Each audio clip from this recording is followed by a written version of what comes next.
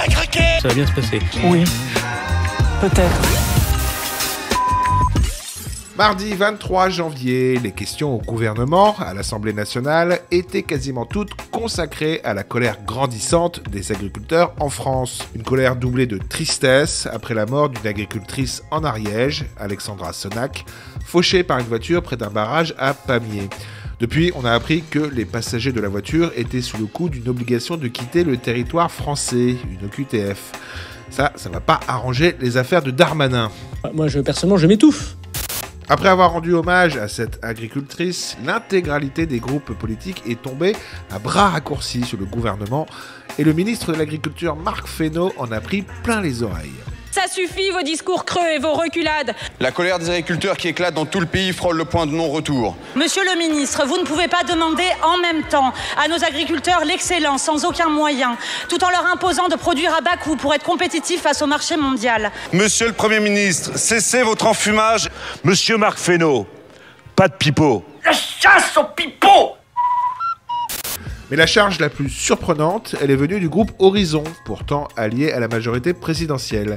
Quelque chose me dit que Édouard Philippe, le président de Horizon donc, n'a toujours pas avalé la nomination de Gabriel Attal au poste de Premier ministre, vu comment le député Horizon s'est lâché sur la Macronie.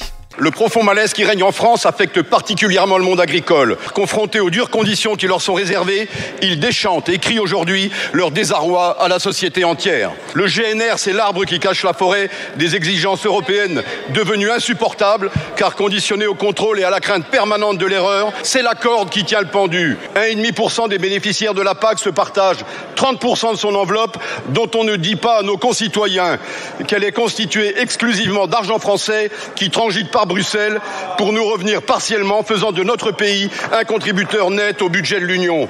La célèbre formule britannique des années 80 est d'actualité. I want my money back.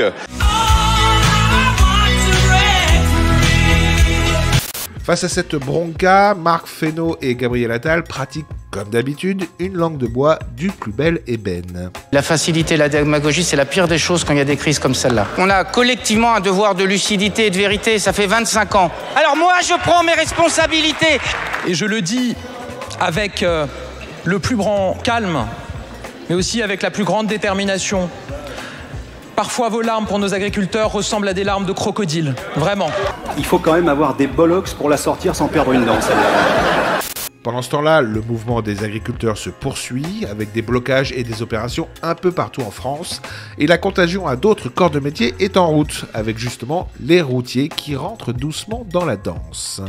Mais ça va péter. Sur le même sujet, j'avais fait une vidéo dans laquelle un agriculteur très remonté dit ses 4 vérités à notre cher président. Et il le loupe vraiment pas.